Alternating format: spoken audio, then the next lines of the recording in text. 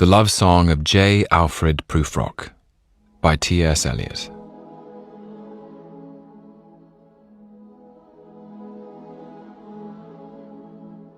Let us go then, you and I, when the evening is spread out against the sky like a patient etherized upon a table. Let us go through certain half-deserted streets, the muttering retreats of restless nights in one-night cheap hotels and sawdust restaurants with oyster shells. Streets that follow like a tedious argument of insidious intent to lead you to an overwhelming question. Oh, do not ask, what is it? Let us go and make our visit. In the room the women come and go, talking of Michelangelo. The yellow fog that rubs its back upon the window panes, the yellow smoke that rubs its muzzle on the window panes, licked its tongue into the corners of the evening, lingered upon the pools that stand in drains, let fall upon its back the soot that falls from chimneys, slipped by the terrace, made a sudden leap, and seeing that it was a soft October night, curled once about the house and fell asleep. And indeed there will be time for the yellow smoke that slides along the street, rubbing its back upon the window panes. There will be time to prepare a face to meet the faces that you meet. There will be time to murder and create, and time for all the works and days of hands that lift and drop a question on your plate. Time for you and time for me. And time yet for 100 indecisions, and for 100 visions and revisions before the taking of a toast and tea.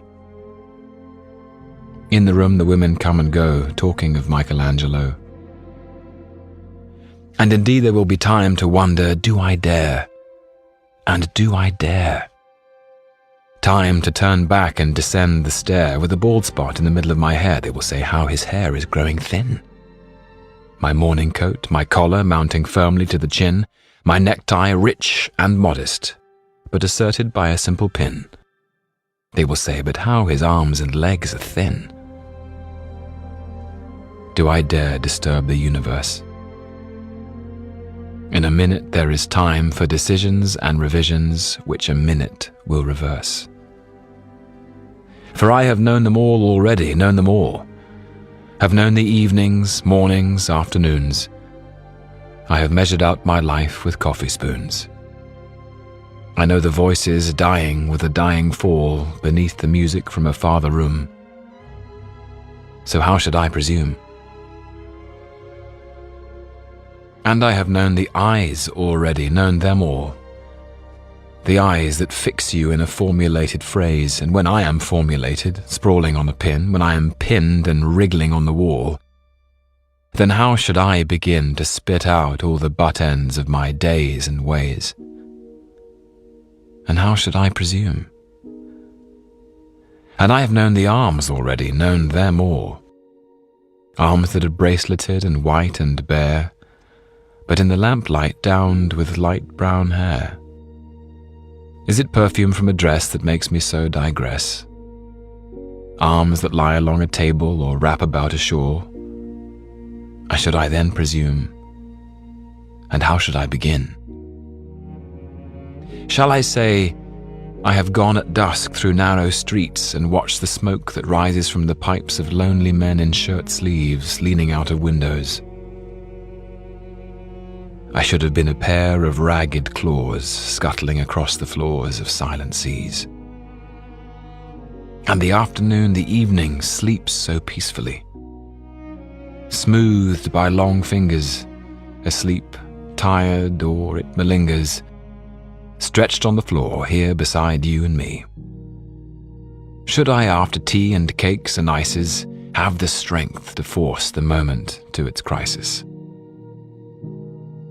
But though I have wept and fasted, wept and prayed, though I have seen my head, grown slightly bald, brought in upon a platter, I am no prophet, and here's no great matter.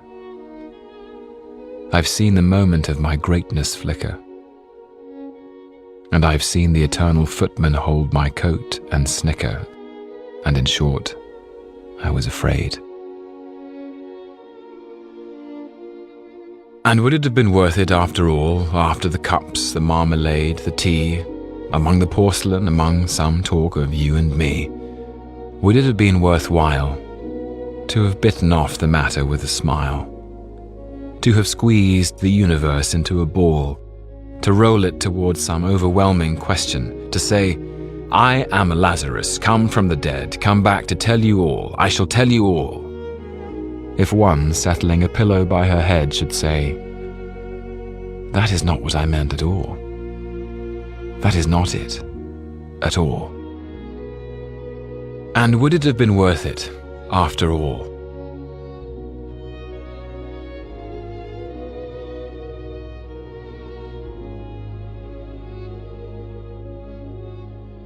Would it have been worthwhile, after the sunsets and the dooryards and the sprinkled streets, after the novels, after the teacups, after the skirts that trail along the floor, and this, and so much more?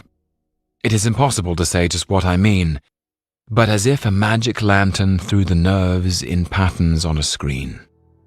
Would it have been worthwhile if one, settling a pillow or throwing off a shawl, and turning toward the window, should say, that is not it at all. That is not what I meant, at all. No, I am not Prince Hamlet, nor was meant to be. I am an attendant lord, one that will do to swell a progress, start a scene or two, advise the prince, no doubt an easy tool, deferential, glad to be of use, politic, cautious, and meticulous. Full of high sentence, but a bit obtuse. At times, indeed, almost ridiculous. Almost at times, the fool. I grow old. I grow old. I shall wear the bottoms of my trousers rolled. Shall I part my hair behind? Do I dare to eat a peach? I shall wear white flannel trousers and walk upon the beach. I've heard the mermaids singing, each to each. I do not think that they will sing to me. I have seen them riding seaward on the waves, combing the white hair of the waves blown back when the wind blows the water white and black.